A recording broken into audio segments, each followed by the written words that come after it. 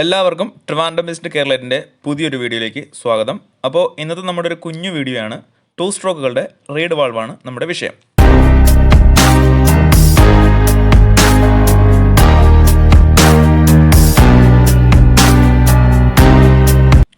അപ്പോൾ ഇതാണ് ഒരു ടു സ്ട്രോക്കിൻ്റെ 4 വിൻഡോ ടൈപ്പ് റീഡ് വാൾവ്. അപ്പോൾ ഇത് നമ്മുടെ RX 135 എൻജിൻ റീബിൽഡ് ചെയ്തുകൊണ്ടിരിക്കുന്ന അതേ എൻജിൻ്റെ തന്നെ റീഡ് വാൾവാണ്. അപ്പോൾ ഇതിൻ്റെ റീസ്റ്റോറേഷൻ കൂടിയാണ് ഞാൻ ഇന്ന് ഈ വീഡിയോയിൽ ഉദ്ദേശിക്കുന്നത്. ഒപ്പം തന്നെ ഈ റീഡ് വാൾവ് എൻജിനിൽ എങ്ങനെയാണ് വർക്ക് ചെയ്യുന്നത്, ഒപ്പം തന്നെ ഇതിൻ്റെ എന്തെങ്കിലും പ്രോബ്ലം വന്നാൽ നമ്മൾ എങ്ങനെ തിരിച്ചറിയും, അങ്ങനെയൊക്കെ ഉള്ളൊരു കുഞ്ഞു വീഡിയോ സെഷനാണ് ഞാൻ ഉദ്ദേശിക്കുന്നത്. അപ്പോൾ ഈ റീഡ് വാൾവ് എന്ന് പറയുന്നത് RX 135 ആണ്, നമ്മൾ റീസ്റ്റോർ ചെയ്തുകൊണ്ടിരിക്കുന്ന സംഭവമാണ്. ഇപ്പോൾ ഇതിൻ്റെ കണ്ടീഷൻ വളരെ മോശമാണ്. കാർബൺ ഫുള്ള് ഫില്ലായി കിടക്കുന്ന ഒരു കണ്ടീഷനിലാണ് ഇത് ഇരിക്കുന്നത്. അപ്പോൾ ഇതിപ്പോഴും വർക്കിംഗ് ആണോ അല്ലയോ എന്ന് അറിയാൻ വേണ്ടിയിട്ട് നമുക്ക് ലൈറ്റിന് എഗൻസ്റ്റ് ആയിട്ട് ഈ റീഡ് വാൾസിൻ്റെ ഈ പെറ്റൽസ് കാണുന്നില്ലേ, പെറ്റൽസിനിടയിൽ ഗ്യാപ്പ് ഉണ്ടോ ഇല്ലയെന്ന് ലൈറ്റിന് എഗൻസ്റ്റ് നമ്മൾ പിടിച്ചു നോക്കിയാൽ വെട്ടം കാണുകയാണെങ്കിൽ നമുക്ക് പറയാം ഈ റീഡ് വാൾവ് മോശമാണെന്ന്. അതാണ് ഒരു ടെക്നിക്ക്, ഞാൻ കാണിച്ചു തരാം. കണ്ടില്ലേ, ഇതിൻ്റെ ഇടയിൽ കൂടെ ലൈറ്റ് വരികയാണെങ്കിൽ നമുക്ക് ഉറപ്പിക്കാം ഈ റീഡ് വാൾവ് മോശമാണെന്ന്. ഇപ്പോൾ ഇതിൽ ലൈറ്റ് വരുന്നില്ല, അപ്പോൾ എനിക്ക് തോന്നുന്നു റീഡ് വാൾവ് ഓക്കെ ആണ് എന്ന്. അപ്പോൾ എന്തായാലും നമുക്കിനി ഒരു കാര്യം ചെയ്യാം, ഇതിനെ ഫുള്ളി ഡിസ്മാൻഡിൽ ചെയ്ത് ഇതിൻ്റെ ഒരു ഫുൾ റീസ്റ്റോറേഷൻ അങ്ങ് ചെയ്യാം. പക്ഷേ ഇത് ചെയ്യുന്നതിന് മുമ്പ് ഒരു കാര്യം പറഞ്ഞോട്ടെ, റീഡ് വാൾവ് ഒരിക്കലും നമുക്ക് റീസ്റ്റോറേഷൻ ചെയ്ത് ഒറിജിനൽ പൊസിഷനിലേക്ക് കൊണ്ടുവരാൻ കഴിയില്ല. അതാണ് സത്യം. നമ്മൾ റീഡ് വാൾവിനെ പുതിയത് മേടിച്ചിടുക തന്നെ വേണം. ഒരു കാരണവശാലും നിങ്ങൾ റീഡ് വാൾവിനെ റീയൂസ് ചെയ്യാൻ പാടില്ല. പക്ഷേ ഞാനൊരു വിത്തിൻ ബഡ്ജറ്റ് എന്നുള്ള രീതിയിൽ ഈ റീസ്റ്റോറേഷൻ ചെയ്യുന്നത് കൊണ്ട് ഇതേ റീഡ് വാൾവിനെ തന്നെ റീസ്റ്റോർ ചെയ്ത് യൂസ് ചെയ്യാനാണ് നോക്കുന്നത്. ഓക്കെ, അപ്പോൾ അതിന് വേണ്ടിയിട്ട് ആദ്യം ഞാൻ എടുത്തിരിക്കുന്നത് PSD ആണ്. ഫിലിപ്സ് ഹെഡുള്ള ഒരു സ്ക്രൂ ഡ്രൈവർ എടുത്തിട്ട് നമ്മൾ ഇതിൻ്റെ ആ 4 സ്ക്രൂവും തുറക്കണം. പക്ഷേ എൻ്റെ PSD വെച്ചിട്ട് നടക്കുന്നില്ല. ഇത് നല്ല ടൈറ്റായിട്ടിരിക്കുന്ന 4 സ്ക്രൂകളാണ്. ഞാൻ കുറച്ച് WD-40 അടിച്ച ശേഷം നമ്മുടെ ബിറ്റ് ഉണ്ടല്ലോ, PSD2 ആണ് ഇത്. ഇതിനെപ്പറ്റി എല്ലാവർക്കും അറിയാമായിരിക്കും, അപ്പോൾ ഞാൻ പറഞ്ഞ് കുളമാക്കുന്നില്ല. അത് വെച്ച് ഒന്ന് അടിച്ച് തുറന്നു. അതിനുശേഷം നോർമൽ സ്ക്രൂ ഡ്രൈവർ വെച്ചിട്ട് ഞാൻ തുറന്നെടുക്കുകയാണ്. ഇതാണ് ആ കുഞ്ഞു സ്ക്രൂ. ഓക്കെ, അപ്പോൾ എല്ലാ സ്ക്രൂവും നമുക്ക് പെട്ടെന്ന് തന്നെ അഴിച്ചെടുക്കാം. രണ്ടാമത്തെ സ്ക്രൂ ആയി. ഈ കാണുന്നതാണ് സ്റ്റോപ്പർ. പെറ്റൽ സ്റ്റോപ്പർ എന്നോ പെറ്റൽ ഗാർഡ് എന്നോ എന്ത് വേണമെങ്കിലും നമുക്ക് പറയാം. സാധാരണ ഇതിനെ പെറ്റൽ സ്റ്റോപ്പർ എന്നാണ് പറയാറ്. ഇതാണ് നമ്മുടെ പെറ്റൽ, കണ്ടില്ലേ, റീഡ് വാൾവിൻ്റെ പെറ്റൽസ്. ഓക്കെ, അത് കഴിഞ്ഞ് ഈ സൈഡ് നമുക്ക് തുറന്നെടുക്കാം പെട്ടെന്ന് തന്നെ. 2 സ്ക്രൂ ഇവിടെ ഉണ്ട്. ഇവിടെ തന്നെ ഒരു പെറ്റൽ സ്റ്റോപ്പറുണ്ട്. ഫുള്ള് കാർബണായിട്ടിരിക്കുകയാണ് ഫുള്ള്. ഇത് അടുത്ത റീഡ് പെറ്റൽസ്. ഇതാണ് നമ്മുടെ റീഡ് വാൾവിൻ്റെ ഏറ്റവും ഇമ്പോർട്ടൻ്റ് ആയിട്ടുള്ള ഭാഗങ്ങൾ. ഇതിനെ നമ്മൾ കേജ് എന്നാണ് പറയാറ്. ഇത് 2 പെറ്റൽസ്, 2 സ്റ്റോപ്പർ, അങ്ങനെ മൊത്തം 4 സംഭവങ്ങളാണ് ഇതിലുള്ളത്. ഈ സാധനമാണ് നമ്മുടെ റീഡ് കേജ് എന്ന് പറയുന്നത്. ഈ സാധനം വളരെ ഇമ്പോർട്ടൻ്റ് ആണ്. അലുമിനിയത്തിലാണ് ഇത് ഉണ്ടാക്കിയിരിക്കുന്നത്. പക്ഷേ ഇതിൻ്റെ ഈ ഔട്ടർ സൈഡ് നിങ്ങൾ ശ്രദ്ധിച്ച് നോക്കിയാൽ കറുപ്പ് കളറോട് കൂടി കാണുന്നുണ്ടല്ലേ, അത് റബ്ബർ മോൾഡ് ചെയ്തതോ അല്ലെങ്കിൽ ടെഫ്ലോൺ കൊണ്ടോ ഉണ്ടാക്കിയ ഒരു എന്താണ് എയർ സീൽ ചെയ്യാൻ പറ്റുന്ന ഒരു മെറ്റീരിയലാണ്. അപ്പോൾ അതിൻ്റെ പുറത്തും കാർബൺ ഉണ്ട്. കണ്ടില്ലേ, ഈ കാണുന്ന ഈ കറുത്ത സംഭവമാണ് ഞാൻ പറയുന്നത്. ഇത് ഇപ്പോൾ ഞാൻ കാണിക്കുന്നത് 4 വിൻഡോ കേജ് ടൈപ്പ് വരുന്ന റീഡ് വാൾവുകളാണ്. നമുക്ക് RD 350ക്കും RX 100നും 135നും ഇസഡിനും പിന്നെ സുസുക്കി ഷോഗണും ഷാവലിനും ഈ വരുന്ന 4 പെറ്റൽസ് ഒപ്പം തന്നെ 4 വിൻഡോസ് വരുന്ന കേജ് വരുന്ന റീഡ് വാൾവുകളാണ് കണ്ടുവരാറുള്ളത്. ഓക്കെ, അപ്പോൾ നമുക്കിതിൻ്റെ റീസ്റ്റോറേഷൻ സ്റ്റാർട്ട് ചെയ്യാം. അതിൻ്റെ ഡിസ്മാൻഡലിങ് കഴിഞ്ഞു. അതിനുവേണ്ടി ഞാനിവിടെ 600ൻ്റെ ഗ്രിഡ് വരുന്ന ഒരു സാൻഡ് പേപ്പർ എടുത്തിട്ടുണ്ട്. അതിനുശേഷം റീഡ് കേജിൻ്റെ മൗത്ത് 8 എന്നുള്ള ഷേപ്പിൽ ഉരച്ചെടുക്കുകയാണ്. അപ്പോൾ അതിൻ്റെ എന്തെങ്കിലും അൺഈവൻ സർഫസ് ഉണ്ടെങ്കിൽ അതങ്ങ് പ്ലെയിൻ ആയിക്കോളും. അതിന് വേണ്ടിയാണ് ഞാനത് ചെയ്തത്. കണ്ടില്ലേ, ഇതിപ്പം ഏകദേശം വൃത്തിയായിട്ടുണ്ട്. ആ സൈഡ് കഴിഞ്ഞു. ഇനി അടുത്ത നമ്മൾ ചെയ്യാനുള്ളത് ഇതിൻ്റെ 2 കേജിൻ്റെ റബ്ബർ വരുന്ന ഭാഗങ്ങളില്ലേ, ആ 2 ഭാഗങ്ങളെയും ഒന്ന് ഉരച്ച് ക്ലീൻ ചെയ്യാനാണ് ഞാൻ ശ്രമിക്കുന്നത്. നമ്മൾ എത്രയൊക്കെ പെർഫെക്റ്റ് ആയിട്ട് ചെയ്താലും ഇത് ക്ലിയറായി വരത്തില്ല. ആദ്യമേ തന്നെ പറഞ്ഞോട്ടെ. അതുകൊണ്ടാണ് ഞാൻ പറഞ്ഞത് റീഡ് വാൾവുകൾ എപ്പോഴും നമ്മൾ ചേഞ്ച് തന്നെ ചെയ്യണം. ഒരിക്കലും ഇതുപോലെ റീസ്റ്റോർ ചെയ്ത് യൂസ് ചെയ്യരുത്. അത് പെർഫെക്റ്റ് ആയിരിക്കില്ല. ഇനി രണ്ടാമത്തെ സൈഡ്, 2 സൈഡും ഞാൻ ഇതുപോലെ അധികം ഒന്നും ഉരയ്ക്കേണ്ട, ഒരു 4-5 വട്ടം ഇതുപോലെ ഉരച്ചാൽ മതി. അധികം ഉരച്ചു കഴിഞ്ഞാൽ അതിൽ നിന്ന് മെറ്റീരിയൽ ഒരുപാട് ഇളവി പോവും. പിന്നെ റീഡ് വാൾവും ഉണ്ട്, ഒരു ഉപയോഗമില്ലാത്ത പരുവമാണ്. അതിനുശേഷം ഞാനിതൊരു 2000-ൻ്റെ ഗ്രിഡുള്ള ഒരു സാൻഡ് പേപ്പർ എടുത്തു. അതിനുശേഷം കുറച്ച് WD-40 അടിച്ച ശേഷം അതിനെ ഒന്നും കൂടെ ഉരച്ച് സെറ്റ് ചെയ്യുകയാണ് അടുത്ത എൻ്റെ പരിപാടി.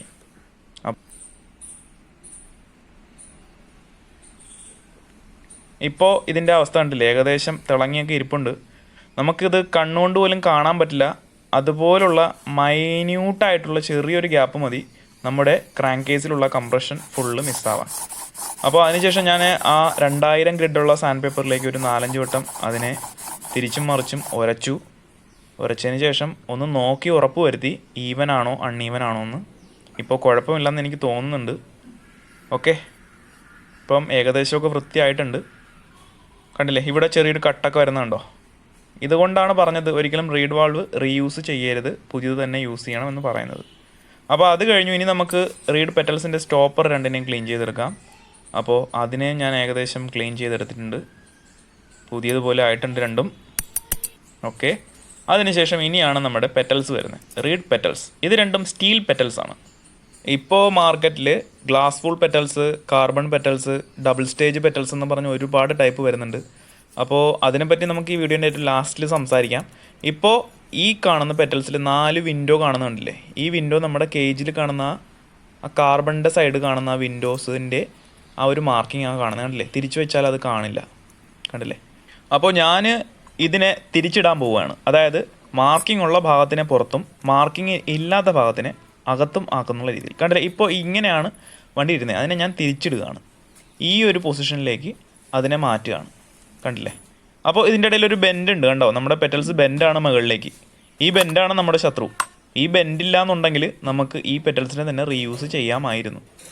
പക്ഷേ അത് ബെൻഡ് ഉണ്ടോണ്ട് നമുക്കൊന്നും ചെയ്യാൻ പറ്റില്ല. അതിനെ കൈകൊണ്ട് തന്നെ തിരിച്ച് ബെൻഡ് ചെയ്ത് ഏകദേശം താഴേക്ക് ഒരു ബെൻഡാക്കിയതിന് ശേഷം നമുക്ക് ഇതിലേക്ക് വീണ്ടും റീസ്റ്റോർ ചെയ്ത് ഫിറ്റ് ചെയ്യാൻ നോക്കാം. ഞാനിപ്പോൾ ഏകദേശമൊക്കെ സ്ട്രെയിറ്റ് ആക്കി വെച്ചിട്ടുണ്ട്. ഇനി നമ്മുടെ അസംബ്ലി ചെയ്യാൻ പോവുകയാണ്. ഓക്കെ, കണ്ടില്ലേ? ആ വിൻഡോ കാണുന്നില്ലേ, ആ വിൻഡോയുടെ മാർക്കിങ് രണ്ടും ഞാൻ മുകളിലാണ് വെച്ചിട്ടുള്ളത്. ഓക്കെ, അതിനുശേഷം നമ്മുടെ സ്റ്റോപ്പറും വെച്ചു. ഇനി നമുക്ക് 4 സ്ക്രൂ ആണുള്ളത്. ഓക്കെ, ഈ 4 സ്ക്രൂ വളരെ ഇമ്പോർട്ടൻ്റ് ആണ്. ഈ 4 സ്ക്രൂ വെറുതെ അങ്ങ് ടൈറ്റ് ചെയ്യരുത്. ഈ സാധനമാണ് ലോക്ക് ടൈറ്റ്. ഇതിനെ ത്രെഡ് ലോക്കർ എന്നാണ് പറയാറ്.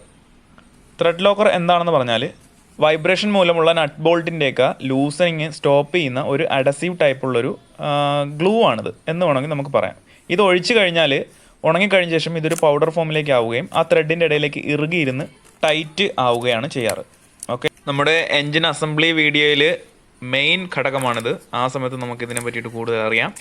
അപ്പോൾ തൽക്കാലം അതവിടെ ഇരിക്കട്ടെ. നമുക്ക് എന്തായാലും ഇതിനൊന്ന് പൊട്ടിച്ചു നോക്കാം. കണ്ടില്ലേ, ഒരു നീല കളറുള്ള ഒരു അഡസീവാണിത്. ആ സംഭവത്തിനെ നമുക്ക് എല്ലാ ത്രെഡിൻ്റെയും നമ്മുടെ സ്ക്രൂകളുടെ ത്രെഡിലേക്ക് ചെറുതായിട്ട്, അധികമൊന്നും ഒഴിക്കണ്ട, ഒരു 2 ഡ്രോപ്പ് മതി, ഇത്ര.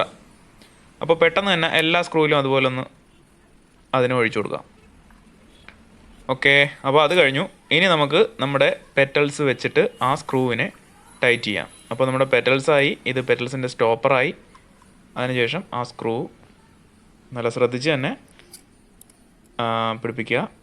എന്തായാലും ആ ത്രെഡ് ലോക്കർ നമ്മുടെ അകത്ത്, അതായത് ത്രെഡിൻ്റെ ഏറ്റവും അടിഭാഗത്തേക്ക് എത്തിയെന്ന് ഉറപ്പ് വരുത്തണം കേട്ടോ. അല്ലാതെ ജസ്റ്റ് വെച്ച് ടൈറ്റ് ചെയ്തിട്ട് കാര്യമില്ല. ത്രെഡിൽ എത്തി എന്ന് ഉറപ്പ് വരുത്തണം, എങ്കിലേ അത് വർക്ക് ആവത്തുള്ളൂ. കാരണം ഇതൊരു ഹോട്ട് എൻഡിൽ വർക്ക് ചെയ്യുന്ന സ്ക്രൂസാണ്. ഇതെപ്പോഴും ചൂടായിട്ടിരിക്കുന്ന സംഭവമാണ്. അപ്പോൾ വൈബ്രേഷൻ വന്നാൽ പെട്ടെന്ന് ലൂസാവാൻ ചാൻസ് ഉണ്ട്. അതുകൊണ്ടാണ് ഞാൻ ഈ ഒരു ത്രെഡ് ലോക്കർ ഇവിടെ യൂസ് ചെയ്തത്. അപ്പോൾ ഒരിക്കലും ഇളകി പോകാൻ പിന്നെ ഒരു ചാൻസും ഇല്ല. അപ്പോൾ നമ്മുടെ അസംബ്ലി കഴിഞ്ഞു. ഇപ്പോൾ ഏകദേശം ഓക്കെ ആണ്. കണ്ടില്ലേ, ഇതിനകത്തൂടെ നോക്കുമ്പോൾ ലൈറ്റ് കാണുന്നില്ല. ഓക്കെയാണ്. പക്ഷേ എങ്കിലും എത്രയൊക്കെ നമ്മൾ ഇതിനെ പെർഫെക്റ്റായിട്ട് അസംബ്ലി ചെയ്താലും റീഡ് വാൾവ് പുതിയത് മേടിച്ചിടുന്നത് തന്നെയാണ് ബെറ്റർ. നിങ്ങൾ ശ്രദ്ധിക്കുക, ഒരു 15,000-20,000 കിലോമീറ്റർ ആകുമ്പോൾ തന്നെ റീഡ് വാൾവ് ചേഞ്ച് ചെയ്യണം, ഉറപ്പായും ചേഞ്ച് ചെയ്യണം. അതിൻ്റെ കാരണം എന്താണെന്ന് നമുക്ക് പിന്നെ സംസാരിക്കാം. അപ്പോൾ ഇതാണ് ഇതിൻ്റെ പാർട്ട് നമ്പർ HTA5014. HTA എന്ന് പറയുന്ന കമ്പനിയാണ് നമുക്ക് ഈ ഒരു ഐറ്റം ഉണ്ടാക്കി തരുന്ന വെൻഡർ. ഓക്കെ, അപ്പോൾ നമുക്ക് ഞാൻ ലെഫ്റ്റ് സൈഡിൽ ഇതിൻ്റെ മാനുവൽ സ്പെസിഫിക്കേഷൻ കൊടുക്കുന്നു. അതായത് നമ്മുടെ ഈ സ്റ്റോപ്പറും റീഡ് പെറ്റൽസിനും ഇടയിലുള്ള ഗ്യാപ്പ് 9.03 ആയിരിക്കണം എന്നാണ് മാനുവലിൽ മെൻഷൻ ചെയ്തിരിക്കുന്നത്. പക്ഷേ ഇപ്പോൾ ഇത് ഏകദേശം ഒന്നുണ്ടെങ്കിൽ നമുക്ക് ഈ സ്റ്റോപ്പറിനെ കൈകൊണ്ട് ഇതുപോലെ പ്രസ് ചെയ്ത് ആ ഒരു ഗ്യാപ്പ് മെയിൻറ്റെയിൻ ചെയ്യാം. ഇപ്പോൾ 9-നേക്കാട്ടും താഴെയാണ്, കുറവാണെങ്കിൽ നമുക്ക് ഇതുപോലൊരു സ്ക്രൂ ഡ്രൈവറോ എന്തെങ്കിലും ഇതുപോലെ കയറ്റി പ്രസ് ചെയ്ത് തെന്നിച്ച് വെളിയിലേക്കാക്കി അതിനെ സെറ്റ് ചെയ്യാം. അതിനുശേഷം ഉറപ്പായും ഈ 4 സ്ക്രൂകളും ഒന്നും കൂടെ ഇറുക്കി ടൈറ്റ് ചെയ്യണം. ഇതിൻ്റെ ടൈറ്റ്നസ് വളരെ ഇമ്പോർട്ടൻ്റ് ആണ്. ഫുള്ളി ടൈറ്റ് ആണെന്ന് എന്തായാലും ഉറപ്പ് വരുത്തണം. ഓക്കെ, അപ്പോൾ നമ്മുടെ അസംബ്ലി എന്തായാലും കഴിഞ്ഞു. ഇപ്പോൾ ഓക്കെയാണ്, റീഡ് വാൾവ് ഓക്കെയാണ്. പക്ഷേ എന്നിരുന്നാലും എൻജിൻ റീസ്റ്റോർ ചെയ്ത് പെർഫോമൻസ് മോശമാണെങ്കിൽ നമ്മൾ അപ്പോൾ തന്നെ റീഡ് വാൾവ് അങ്ങ് മാറ്റാം. റീഡ് വാൾവ് മാറുന്നത് വലിയൊരു പണിയാണെന്ന് എനിക്ക് തോന്നുന്നില്ല. ഡീകാർബണൈസേഷൻ ചെയ്യുന്നത് പോലെ തന്നെ ചെയ്യേണ്ട ഒരു സംഭവമാണ് ഈ റീഡ് വാൾവ് മാറ്റുന്നതും. ഈ ഒരു കാണുന്നത് കണ്ടില്ലേ, ഒരു ചെറിയൊരു സെറേഷൻ പോലെ കാണുന്നത് കണ്ടില്ലേ, ഇത് റീഡ് വാൾവ് കൊടുത്തിരിക്കുന്നത് നമുക്കിതിനെ റിമൂവ് ചെയ്യാനുള്ള ഈസിനെസ്സിന് വേണ്ടിയിട്ടാണ്. ഇത് നമുക്ക് സ്ക്രൂ ഡ്രൈവർ എന്തെങ്കിലും വെച്ച് തട്ടിക്കൊടുത്താൽ സംഭവം കഴിഞ്ഞ് ഊരി വരും. അപ്പോൾ നമ്മുടെ മെയിൻ ടോപ്പിക്കിലേക്ക് വരാം. റീഡ് വാൾവിൻ്റെ വർക്കിംഗ് എങ്ങനെയാണ്? ഞാൻ പറഞ്ഞു റീഡ് വാൾവ് 15,000 കിലോമീറ്റർ 20,000 കിലോമീറ്ററിൽ ചേഞ്ച് ചെയ്യണമെന്ന്. അതിൻ്റെ റീസൺ എന്താണ് എന്നൊക്കെയാണ് നമ്മൾ ഇനി നോക്കാൻ പോകുന്നത്. കണ്ടില്ലേ, നമ്മുടെ റീഡ് വാൾവ് സിലിണ്ടറിനുള്ളിലേക്ക് ഇങ്ങനെയാണ് സീറ്റ് ആവുന്നത്. കണ്ടില്ലേ? ഓക്കെ, ഇതിൻ്റെ പിറകിലായിട്ട് ഒരു ഗ്യാസ്കറ്റ് വരുന്നുണ്ട്. അതിനുശേഷം ഞാനിപ്പോൾ നിങ്ങൾക്ക് ഏകദേശ രൂപം പറഞ്ഞു തരാൻ ശ്രമിക്കാം എങ്ങനെയാണ് ഒരു റീഡ് വാൾവിൻ്റെ വർക്കിംഗ് എന്ന്. നമ്മുടെ റീഡ് വാൾവ് ഇവിടെയാണ് ഫിറ്റ് ചെയ്യുന്നത്. പിസ്റ്റൺ മുകളിലേക്ക് പോകുമ്പോൾ നമ്മുടെ ക്രാങ്ക് കേസിനുള്ളിൽ ഒരു വാക്വം ക്രിയേറ്റ് ആവുകയും അറ്റ്മോസ്ഫിയറിക് പ്രഷറിനെ അപേക്ഷിച്ച് ക്രാങ്ക് കേസിനുള്ളിൽ പ്രഷർ കുറയുകയും ചെയ്യുമ്പോൾ പ്രഷർ കൂടിയ കാർബറേറ്റർ സൈഡിൽ നിന്ന് നമ്മുടെ റീഡ് വാൾവ് വഴി ക്രാങ്ക് കേസിലേക്ക് ഗ്യാസ് ഫ്ലോ ചെയ്യും. ഗ്യാസ് ഫ്ലോ ചെയ്ത് ആ ചേമ്പറിനുള്ളിൽ നിറയുകയും അതിനുശേഷം പിസ്റ്റൺ താഴേക്ക് വരുമ്പോൾ ഈ കാണുന്ന ട്രാൻസ്ഫർ ഹോൾസ് വഴി, ഇതൊരു പോർട്സുകളാണ്, മൊത്തം 4 പോർട്സുകളാണ് നമ്മുടെ വണ്ടിക്കുള്ളത്. ഈ കാണുന്ന പോർട്സ് വഴി ആ ഗ്യാസ് മുകളിലേക്ക് സഞ്ചരിച്ച് നമ്മുടെ കമ്പസ്റ്റൻ ചേമ്പറിൽ എത്തുകയും കമ്പസ്റ്റൻ ചേമ്പറിൽ സ്പാർക്ക് പ്ലഗ് അതിനെ ഫുള്ളായിട്ട് കമ്പസ്റ്റ് ചെയ്യുകയും ചെയ്ത് ആണ് നമ്മൾ എനർജി പ്രൊഡ്യൂസ് ചെയ്യുന്നത്. അപ്പോൾ ഇവിടെ നമ്മുടെ റീഡ് വാൾവിൻ്റെ ജോലി എന്താണെന്ന് പറഞ്ഞാൽ പിസ്റ്റൺ മുകളിലേക്ക് പോകുമ്പോൾ ഗ്യാസിനെ കടത്തി വിടുകയും പിസ്റ്റൺ താഴേക്ക് വിടുമ്പോൾ ആ ക്രാങ്ക് കേസിനെ ഫുള്ളി സീൽഡ് ആക്കുകയും ഒരു തുള്ളി ഗ്യാസിനെ പോലും കടത്തി വിടാതിരിക്കുകയും ചെയ്താൽ മാത്രമേ നമ്മുടെ റീഡ് വാൾവ് നല്ലപോലെ പ്രവർത്തിക്കുന്നു എന്ന് നമുക്ക് പറയാൻ കഴിയും. ചെറുതായിട്ടൊരു ഗ്യാപ്പ് മതി, ലീക്ക് മതി പിസ്റ്റൺ താഴേക്ക് വരുന്ന സമയത്ത് ക്രാങ്ക് കേസിൽ നിന്ന് കാർബറേറ്ററിലേക്ക് ഗ്യാസ് ഫ്ലോ ഉണ്ടാവാൻ. അങ്ങനെ വന്നു കഴിഞ്ഞാൽ നമ്മുടെ വണ്ടിയുടെ വോളിമെട്രിക് എഫിഷ്യൻസി മിസ്സാവും, നമ്മുടെ വണ്ടിയുടെ ക്രാങ്ക് കേസിൻ്റെ കംപ്രഷൻ ലോസ് ആവും, അതുമൂലം നമ്മുടെ എൻജിൻ്റെ പവർ കുറയും. അങ്ങനെ ഒരുപാട് പ്രോബ്ലംസ് വരും. അപ്പോൾ നമ്മുടെ റീഡ് വാൾവ് എന്ന് പറയുന്നത് വൺ സൈഡ് ചെക്ക് വാൾവാണ്. ഒരു സൈഡിലേക്കുള്ള ഫ്ലോയെ അലോഡ് ചെയ്യും, ഓപ്പോസിറ്റ് സൈഡിലേക്കുള്ള ഫ്ലോയിനെ റെസ്ട്രിക്റ്റും ചെയ്യും. അങ്ങനെയുള്ളൊരു ചെക്ക് വാൾവ് മെക്കാനിസമാണ് നമ്മുടെ റീഡ് വാൾവ് എന്ന് പറയുന്നത്. അപ്പോൾ റീഡ് വാൾവിൽ ഈ ഒരു കുഞ്ഞു ഗ്യാപ്പ് പോലും വളരെ ഇമ്പോർട്ടൻ്റ് ആണെന്ന് പറയാനുള്ള കാരണം തന്നെ അതാണ്. ഞാൻ പറഞ്ഞിരുന്നു റീഡ് വാൾവ് 15,000 കിലോമീറ്റർ ആകുമ്പോൾ മാറണമെന്ന്. അതിന് കാരണം നമ്മുടെ റീഡ് വാൾവിൻ്റെ ഏറ്റവും ഇമ്പോർട്ടൻ്റ് ആയിട്ടുള്ള ഭാഗമാണ് റീഡ് വാൾവിൻ്റെ ഗേജ്. അതുണ്ടാക്കിയിരിക്കുന്ന അലുമിനിയം വെച്ചിട്ടാണ്. ആ കൂർത്തിരിക്കുന്ന ഭാഗം കണ്ടില്ലേ, അതിൻ്റെ എൻഡിൽ മൊത്തം കറുപ്പുള്ളൊരു കോട്ടിംഗ് ഉണ്ട്. ആ കറുപ്പ് കോട്ടിങ് എന്ന് പറയുന്നത് റബ്ബറോ ടെഫ്ലോണോ കൊണ്ടുള്ള ഒരു കോട്ടിംഗ് ആണ്. ഈ റബ്ബറിനും ടെഫ്ലോണിനും ഒക്കെ ഒരു കുഷനിങ് എഫക്റ്റ് ഉണ്ട്. ഈ കുഷനിങ് എഫക്റ്റ് ഉള്ളത് കൊണ്ട് തന്നെ നമ്മുടെ സ്റ്റീൽ പെറ്റൽസ് അതിൽ അമർന്നാണ് ഇരിക്കുന്നത്. ഒരു തുള്ളി ഗ്യാസ് പോലും ലീക്ക് ചെയ്യാൻ സമ്മതിക്കില്ല. അതുകൊണ്ട് തന്നെ നമ്മുടെ ക്രാങ്ക് കേസ് പെർഫെക്റ്റ് ആയിട്ട് സീൽഡ് ആയിരിക്കും. പക്ഷേ ഈ ദീർഘനാളത്തേക്കുള്ള ഈ എഞ്ചിൻ്റെ പ്രവർത്തനം കാരണം ഈ ചൂടും തണുപ്പും മാറി മാറി വരുന്നത് കാരണം റബ്ബർ ഹാർഡായി പോകും. റബ്ബർ ഹാർഡായി കഴിഞ്ഞാൽ അതിൻ്റെ കുഷനിങ് എഫക്റ്റ് മിസ്സാവും. കുഷനിങ് എഫക്റ്റ് മിസ്സായി കഴിഞ്ഞാൽ നമ്മുടെ സ്റ്റീൽ പെറ്റൽസ് അതിലേക്ക് അമർന്ന് ഒരു സീൽ പ്രൂഫ് ഏരിയ കിട്ടത്തില്ല. അതുവഴി ഗ്യാസ് ലീക്ക് വരാൻ ചാൻസ് ഉണ്ട്. അതുകൊണ്ടാണ് 15,000 കിലോമീറ്റർ കഴിയുമ്പോൾ ഈ റീഡ് വാൾവ് മൊത്തത്തിൽ മാറണം എന്ന് പറയുന്നത്. നമ്മൾ പെറ്റൽസ് മാത്രം മാറിയിട്ടും കാര്യമില്ല. കാരണം ആ റബ്ബറിനെ നമുക്ക് മാറി യൂസ് ചെയ്യാൻ പറ്റില്ല. അത് നമുക്ക് ഫുള്ളായിട്ട് ചേഞ്ച് ചെയ്യാനേ വഴിയുള്ളൂ. ഓക്കെ, അപ്പോൾ ഇതൊക്കെയാണ് എനിക്ക് റീഡ് വാൾവിനെ പറ്റി പറയാനുള്ളത്. ഇനി ഒരു വിഷയം കൊണ്ടുണ്ട്, ടൈപ്പ് ഓഫ് റീഡ് വാൾവ്സ്. ഒരുപാട് റീഡ് വാൾവ് നമുക്ക് ഇന്നിപ്പോൾ മാർക്കറ്റിൽ അവൈലബിൾ ആയിട്ടുണ്ട്. ഇപ്പോൾ എന്താണ്, നമ്മുടെ ഫൈബർ പെറ്റൽസ് വരുന്നുണ്ട്, കാർബൺ പെറ്റൽസ് വരുന്നുണ്ട്, ഡ്യുവൽ സ്റ്റേജ് പെറ്റൽസ് വരുന്നുണ്ട്, അങ്ങനെ ഒരുപാട് സംഭവങ്ങൾ വരുന്നുണ്ട്. അപ്പോൾ അതിനെ പറ്റിയിട്ട് നമുക്കൊരു ഡീറ്റെയിൽഡ് വീഡിയോ വേറെ ചെയ്യാം. ഇപ്പോൾ ഞാൻ ഈ മാനിഫോൾഡും കൂടെ പറഞ്ഞ് ഈ വീഡിയോ അങ്ങ് നിർത്തുകയാണ്. ഇതാണ് നമ്മുടെ മാനിഫോൾഡ്. ഇതും റബ്ബർ തന്നെയാണ്. ഈ സംഭവം നമ്മൾ ഉറപ്പായും മാറേണ്ടതാണ് ഒരു 15,000 കിലോമീറ്ററൊക്കെ ആകുമ്പോൾ. കാരണം ഈ റബ്ബർ മെറ്റീരിയൽസ് എല്ലാം ചൂടും തണുപ്പും അധികം തട്ടുമ്പോൾ ക്രാക്ക് വരാൻ ചാൻസ് ഉണ്ട്, ഹാർഡ് ആവാൻ ചാൻസ് ഉണ്ട്. അപ്പോൾ ഇതുവഴിയൊക്കെ ഗ്യാസ് ലീക്ക് വരാൻ വളരെ ചാൻസ് കൂടുതലാണ്. അപ്പോൾ നമ്മൾ എൻജിൻ ഓവറോൾ ചെയ്യുകയാണെങ്കിൽ ഉറപ്പായും റീഡ് വാൾവും ഈ മാനിഫോൾഡും മാറിയിരിക്കണം. കണ്ടില്ലേ, ഈ റീഡ് വാൾവിൻ്റെ ഈ സംഭവം, ഇത് 2 ഗൈഡ്സ് ആണ്. ഇവിടെ നിന്നാണ് നമ്മുടെ പവർ ബോക്സ് വരുന്നത്. ഓക്കെ, അതിനെപ്പറ്റി വേറൊരു വീഡിയോ ചെയ്യാം, പവർ ബോക്സ് എങ്ങനെ വർക്കിംഗ് എന്ന്. അപ്പോൾ ഈ റീഡ് വാൾവിൻ്റെ ഈ മാനിഫോൾഡും നിങ്ങൾ മാറണം. ഇതിൽ ഞാൻ വേറൊരു സംഭവം കാണിച്ചു തരാം. ഈ കാണുന്ന കണ്ടില്ലേ, ഇതൊരു ഇൻബിൽറ്റ് സീലിംഗ് റിംഗ് ആണ് ഇതിനുള്ളിൽ തന്നെ. അത് നമുക്ക് ഇളക്കിയെടുക്കാൻ പറ്റില്ല, അത് അതിൻ്റെ ഒരു പാർട്ടാണ്. HTA എന്ന് പറയുന്ന കമ്പനിയാണ് ഇതെല്ലാം ഉണ്ടാക്കി തരുന്നത്. നമ്മുടെ മാനിഫോൾഡ്, എൻജിൻ്റെ ഫുൾ സീൽ കിറ്റ്, അതായത് നമ്മുടെ റബ്ബർ സീൽ കിറ്റില്ലേ എൻജിനിൽ വരുന്നത്, നമ്മുടെ ബിയറിങ്ങുകൾ എവിടെയൊക്കെ ബിയറിംഗ് ഉണ്ടോ അതിൻ്റെയൊക്കെ ഔട്ടറിലൊരു സീൽ കിറ്റ് കാണാറുണ്ട്. അത് ഓയിൽ ലീക്ക് ചെറുക്കാൻ വേണ്ടിയുള്ള റബ്ബർ സീൽ കിറ്റുകളാണ്. ഒപ്പം തന്നെ നമ്മുടെ റീഡ് വാൾവിൻ്റെ ഈ ഔട്ടർ കോണിൽ കാണുന്ന ആ കറുപ്പും അതും HTA തന്നെയാണ്. ഞാൻ ആദ്യമേ കാണിച്ചായിരുന്നു ഇതിൻ്റെ പാർട്ട് നമ്പറിൽ HTA എന്ന് എഴുതിയിരിക്കുന്നത്. അപ്പോൾ നമ്മൾ പുതിയതായിട്ട് എൻജിൻ റീബിൽഡ് ചെയ്യുമ്പം ഒരു കാരണവശാലും പഴയ എൻജിൻ സീലുകൾ യൂസ് ചെയ്യരുത്. അതുപോലെ തന്നെ എൻജിൻ റീബിൽഡ് ചെയ്യുമ്പോൾ പഴയ റീഡ് വാൾവും യൂസ് ചെയ്യരുത്. ഒപ്പം തന്നെ ഒരു 15,000-20,000 കിലോമീറ്റർ ആകുമ്പോൾ നിങ്ങളുടെ ഒന്നുമില്ലെങ്കിലും ക്രാങ്ക് കേസിൻ്റെ 2 സീലുകളും നിർത്തിക്കൊണ്ട് തന്നെ ചേഞ്ച് ചെയ്യാൻ നോക്കണം. ഒപ്പം തന്നെ നമ്മുടെ റീഡ് വാൾവും മാനിഫോൾഡും ചേഞ്ച് ചെയ്യണം. ഒപ്പം തന്നെ എവിടെയൊക്കെ റബ്ബറുണ്ടോ അതെല്ലാം ഒരു 20,000-25,000 കിലോമീറ്റർ ആകുമ്പോൾ മാറുന്നതായിരിക്കും ബെറ്റർ. നല്ല ക്വാളിറ്റി സാധനങ്ങൾ മേടിച്ചിടാൻ ശ്രമിക്കുക. അപ്പോൾ ഇത്രയൊക്കെയാണ് എനിക്ക് ഇന്ന് ഈ വീഡിയോയിൽ നിങ്ങളോട് പറയാനുള്ളത്. റീഡ് വാൾവ് എന്ന് പറയുന്നത് വളരെ വാസ്റ്റ് ആയിട്ടുള്ളൊരു സബ്ജക്റ്റാണ്. പിന്നെ റീഡ് വാൾവിനെ പറ്റി പറയാനാണെങ്കിൽ ഇപ്പോൾ മാർക്കറ്റിൽ എല്ലാവരും വാങ്ങാൻ ഇഷ്ടപ്പെടുന്ന ഒരു റീഡ് വാൾവാണ് മോട്ടോ തസീനാരിയുടെ V-Force 3ഉം V-Force 4ഉം. അത് രണ്ടിൻ്റെയും പ്രത്യേകത എന്ന് പറഞ്ഞാൽ അതിന് 6 വിൻഡോസ് ആണ്. നമുക്ക് 4 വിൻഡോയേ ഉള്ളൂ, അതിന് 6 വിൻഡോസ് ഉണ്ട്. ഒപ്പം തന്നെ അതിൻ്റെ ഏരിയയും കൂടുതലാണ്. അത് നമ്മളെ വണ്ടിയിലേക്ക് സീറ്റ് ചെയ്യണമെങ്കിൽ ചെറിയ ആൾട്രേഷനൊക്കെ ഇൻടേക്ക് പോർട്ടിൽ ചെയ്യേണ്ടതായിട്ട് വരും. അപ്പോൾ different type of read valve എന്ന് പറഞ്ഞിട്ട് ഞാനൊരു ഡീറ്റെയിൽ വീഡിയോ എന്തായാലും ഇടാം. ഇപ്പോഴത്തേക്ക് ഇത്രയേ ഉള്ളൂ. വീഡിയോയിൽ കണ്ടതിൽ സന്തോഷം. താങ്ക്